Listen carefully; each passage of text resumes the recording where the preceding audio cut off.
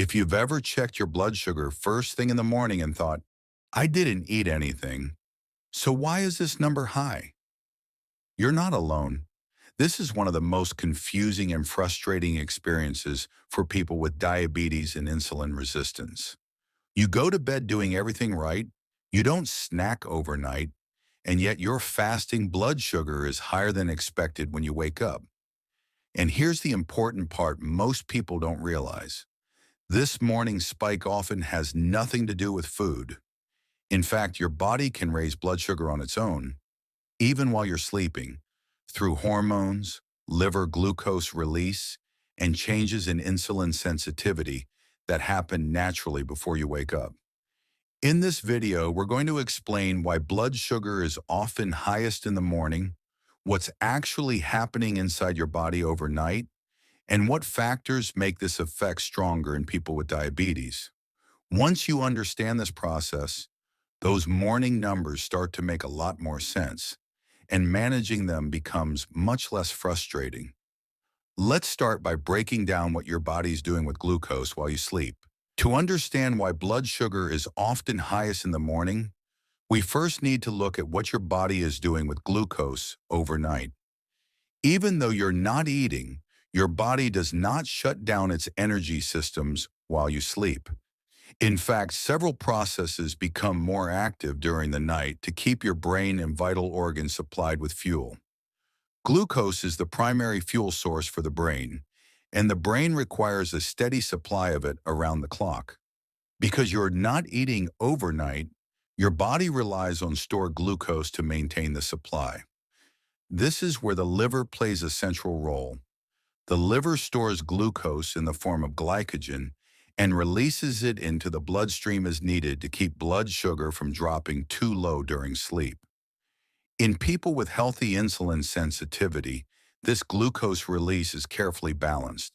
Small amounts of glucose are released, insulin responds appropriately, and blood sugar remains relatively stable. In people with diabetes or insulin resistance, this balance is disrupted. The liver may release more glucose than necessary, and insulin may not be able to move that glucose into the cells efficiently. As a result, blood sugar can slowly rise during the night without you being aware of it. Hormones also play a major role in overnight glucose regulation. While you sleep, your body releases hormones such as cortisol, growth hormone, and glucagon. These hormones are essential for tissue repair, immune function, and maintaining energy availability. However, they also signal the liver to release glucose. In insulin-resistant states, the glucose-raising effects of these hormones become more pronounced, especially as the night progresses. Another important factor is that insulin sensitivity naturally changes throughout the day. Many people are more insulin sensitive in the morning and less sensitive in the evening and overnight. For someone with diabetes, this reduction in sensitivity can be significant. It means that the same amount of glucose released by the liver overnight causes a larger rise in blood sugar than it would during the day. Sleep quality itself has a powerful impact on blood sugar control. Fragmented sleep, short sleep duration, or frequent awakenings increase stress hormone levels. Elevated stress hormones signal the liver to release more glucose and reduce insulin effectiveness. This is why people often notice higher fasting blood sugar after a poor night's sleep, even if their diet hasn't changed. The body also prepares for waking before you open your eyes. In the early morning hours, typically between 3 and 8 a.m., your body begins transitioning from a resting state to an alert state. This process requires energy, so glucose availability increases. This normal biological process can become exaggerated in diabetes, leading to higher blood sugar levels upon waking. Importantly, this overnight rise in blood sugar does not require food intake. It is driven by internal regulation, liver glucose release, hormonal signaling, and insulin sensitivity. This is why many people feel confused or discouraged when their morning readings are high, despite not eating anything overnight. Another overlooked factor is stress, even during sleep. Chronic stress keeps cortisol levels elevated, and cortisol directly raises blood sugar. Emotional stress, anxiety, irregular sleep schedules, or late-night screen use can all contribute to higher overnight glucose production. All of these processes work together during the night. The liver releases glucose. Hormones signal for energy availability. Insulin sensitivity shifts, and sleep quality influences stress hormones. In diabetes, these systems often lose their fine-tuned balance, allowing blood sugar to rise gradually while you sleep. Understanding this sets the foundation for everything else. Morning blood sugar is not a reflection of what you ate overnight. It's a reflection of how your body managed glucose during sleep. In the next section, we'll focus on one of the most important reasons morning blood sugar peaks just before waking, a process known as the dawn phenomenon, and why it affects people with diabetes so strongly. One of the most important reasons blood sugar is highest in the morning is something called the dawn phenomenon. This is a natural biological process that happens in almost everyone, but it becomes much more noticeable and problematic in people with diabetes or insulin resistance. In the early morning hours, usually between about 3 and 8 a.m., your body begins preparing to wake up. During this time, several hormones increase, including cortisol, growth hormone, and glucagon. These hormones are not harmful, they are necessary. Their job is to raise energy availability, sharpen alertness, and help your body transition from sleep to waking. To do this, these hormones signal the liver to release glucose into the bloodstream. The idea is simple. Your body wants to make sure your brain and muscles have enough fuel ready for the day ahead. In someone with healthy insulin function, insulin responds to this glucose release and keeps blood sugar within a normal range. In diabetes, however, this balance is disrupted. Insulin may not respond effectively, or the cells may not be sensitive enough to insulin signal. As a result, the glucose released by the liver during the early morning hours is not cleared efficiently. Instead of being used by the cells, it remains in the bloodstream, causing fasting blood sugar to rise. This is why the dawn phenomenon can feel so frustrating. You didn't eat anything. You didn't snack overnight. And yet your blood sugar is higher than it was before bed. The rise is coming from inside your body, not from food. The dawn phenomenon tends to be stronger in people with insulin resistance, type 2 diabetes, and even prediabetes. It can also become more noticeable as diabetes progresses, because the body's ability to regulate glucose becomes less precise. Some people experience only a mild rise, while others see significant spikes that push fasting blood sugar well above their target range. Sleep quality can amplify the dawn phenomenon. Poor sleep increases cortisol levels, and cortisol directly raises blood sugar. If you sleep poorly, wake frequently, or go to bed very late, the hormonal signals that trigger glucose release can become exaggerated. This means more glucose enters the bloodstream just before waking. Another factor is overnight insulin levels. Insulin secretion naturally decreases during sleep. In people without diabetes, this isn't a problem because insulin sensitivity remains high enough to manage glucose release. In diabetes, reduced insulin levels combined with reduced insulin sensitivity create a perfect environment for morning spikes. Stress also plays a role. Chronic stress keeps cortisol elevated around the clock, including during the night. When cortisol remains high, the liver becomes more aggressive about releasing glucose. This makes the dawn phenomenon stronger and more consistent from morning to morning. It's important to understand that the dawn phenomenon is not a sign of failure. It does not mean you ate the wrong foods or didn't manage your diabetes properly the day before. It is a predictable physiological response that becomes exaggerated when insulin signaling is impaired. Many people attempt to fix morning blood sugar spikes by skipping dinner, avoiding carbohydrates entirely, or restricting food too aggressively. While food choices do matter, these approaches often fail to address the underlying issue, which is how the body regulates glucose during sleep and early morning hormone release.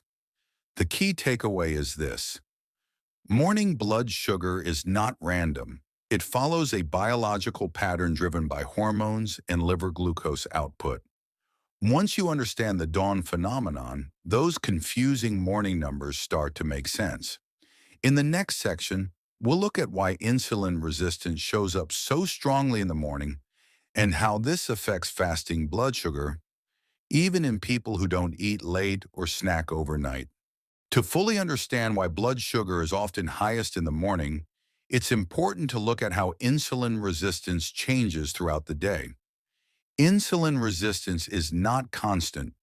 It follows a daily rhythm, and for many people with diabetes, insulin works less effectively in the early morning hours. Insulin's role is to help glucose move from the bloodstream into the cells, where it can be used for energy. When insulin sensitivity is high, this process happens smoothly. When insulin sensitivity is low, glucose remains in the blood longer, causing higher readings. For many people, insulin sensitivity naturally decreases overnight and into the early morning. This decrease in sensitivity is closely tied to hormones. Cortisol and growth hormone, which rise before waking, directly reduce how responsive cells are to insulin. These hormones are meant to increase energy availability, but they also make it harder for insulin to do its job. In people without diabetes, the body compensates by releasing enough insulin to keep blood sugar stable. In diabetes, this compensation is often insufficient. Another factor is muscle activity. During the day, physical movement helps muscles absorb glucose efficiently. At night, muscles are inactive for long periods, which reduces glucose uptake. When glucose is released from the liver during sleep, there are fewer active tissues ready to use it. This contributes to higher circulating blood sugar by morning. Fat tissue also plays a role. Insulin resistance in fat cells increases the release of fatty acids into the bloodstream overnight. Elevated fatty acids interfere with insulin signaling, making cells even less responsive to insulin. This creates a metabolic environment where glucose clearance is slowed just as glucose availability is increasing. Sleep disruption can make morning insulin resistance worse. Poor sleep increases inflammation and stress hormones, both of which impair insulin signaling. Even one night of reduced or fragmented sleep can measurably reduce insulin sensitivity the next morning. This is why people often notice worse fasting blood sugar after nights of poor sleep, stress, or irregular schedules. Another overlooked factor is the timing of the last meal. Very late dinners or heavy evening meals can prolong elevated insulin and glucose levels into the night. This can confuse the body's overnight regulation and worsen morning insulin resistance. However, even people who eat early and lightly can experience morning spikes due to hormonal and metabolic factors beyond food timing. The liver's response to insulin is also important. In insulin resistance, the liver becomes less sensitive to insulin signal to stop releasing glucose. Even when insulin is present, the liver may continue producing and releasing glucose into the bloodstream. This inappropriate glucose output is a major contributor to high fasting blood sugar. All of these factors combine in the early morning hours. Hormones rise, insulin sensitivity drops, muscle activity is low, fatty acids increase, and the liver releases glucose. For someone with diabetes, this creates a narrow window where blood sugar control is most challenging. This is why morning blood sugar often feels harder to manage than daytime readings. It's not because you did something wrong overnight. It's because your body is temporarily more insulin resistant at the exact moment glucose availability increases. Understanding this helps shift the focus away from blame and towards strategy. Managing fasting blood sugar requires addressing insulin resistance, hormone balance, sleep quality, and liver glucose output, not just food intake. In the next section, we'll talk about what actually helps lower fasting blood sugar safely, including practical habits and timing strategies that support better morning readings without extreme restriction or guesswork. In people who don't eat late or snack overnight, once you understand why blood sugar is often highest in the morning, the next question becomes what you can realistically do about it. Lowering fasting blood sugar safely is not about extreme restriction or drastic changes. It's about supporting the body's natural glucose regulation systems overnight and into the early morning hours. One of the most important factors is sleep consistency. Going to bed and waking up at roughly the same time each day helps regulate cortisol and other hormones that influence blood sugar. Irregular sleep schedules confuse the body's internal clock and can exaggerate the dawn phenomenon. Even improving sleep consistency by small amounts can lead to more predictable morning readings over time. Managing stress, especially in the evening, also plays a role. Elevated stress keeps cortisol high, and cortisol directly raises blood sugar. Relaxation practices before bed, such as light stretching, controlled breathing, or reducing screen exposure, help lower nighttime stress hormone levels. This creates a more favorable environment for stable glucose regulation overnight. Evening food choices matter, but they don't need to be extreme. Very large or carbohydrate-heavy dinners can prolong elevated glucose and insulin levels into the night. Balanced evening meals that include protein, fiber, and healthy fats tend to digest more slowly and place less strain on overnight glucose control. The goal is stability, not elimination. Light physical activity earlier in the day can also help improve fasting blood sugar. Movement increases insulin sensitivity in muscles, making it easier for glucose to be absorbed when it's released overnight. This doesn't require intense exercise. Consistent walking or gentle activity earlier in the day often provides meaningful benefits. Supporting insulin sensitivity is another key piece. Insulin resistance is strongest in the early morning, so anything that improves insulin function over time can help reduce fasting spikes. This includes adequate sleep, stress management, balanced nutrition, and addressing common nutrient deficiencies that affect insulin signaling. Hydration is often overlooked. Mild dehydration can concentrate blood glucose and make readings appear higher. Drinking enough fluids throughout the day supports kidney function and glucose balance. While hydration alone won't fix morning spikes, it contributes to more accurate and stable readings. It's also important to look at patterns rather than single numbers. Morning blood sugar naturally fluctuates from day to day. One high reading does not define success or failure. Tracking trends over time provides a more accurate picture of what's working and what needs adjustment. Some people attempt to aggressively lower morning blood sugar by skipping meals, fasting excessively, or making sudden medication changes. These approaches can backfire and increase stress on the body. Sustainable improvements come from consistency, not extremes. For many people, fasting blood sugar improves gradually as overnight regulation becomes more balanced. This process takes time, and progress is often subtle at first. Small improvements in sleep quality, stress levels, and insulin sensitivity can add up to meaningful changes over weeks rather than days. The most important takeaway is that high morning blood sugar is not random and not a personal failure. It's the result of predictable biological process that can be influenced with the right strategies. By focusing on sleep, stress, insulin sensitivity, and overall metabolic support, morning blood sugar becomes easier to manage. In the final part of this video, we'll briefly recap the key points and talk about how to approach fasting blood sugar with patience and clarity rather than frustration. High blood sugar in the morning can feel confusing and discouraging, especially when you haven't eaten anything overnight. But as we've covered, fasting blood sugar is shaped by hormone shifts, liver glucose release, insulin sensitivity, and sleep quality, not just food. Understanding these patterns helps take the frustration out of those morning numbers. Instead of guessing or blaming yourself, you can focus on supporting your body's natural regulation through consistent sleep, stress management, balanced evenings, and long-term metabolic health.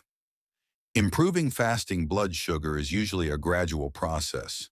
Small, steady changes often matter more than extreme strategies, and progress is best measured over time rather than from a single reading. As always, this information is for educational purposes only. If you have diabetes or take blood sugar lowering medication, talk with your healthcare provider before making changes to your routine.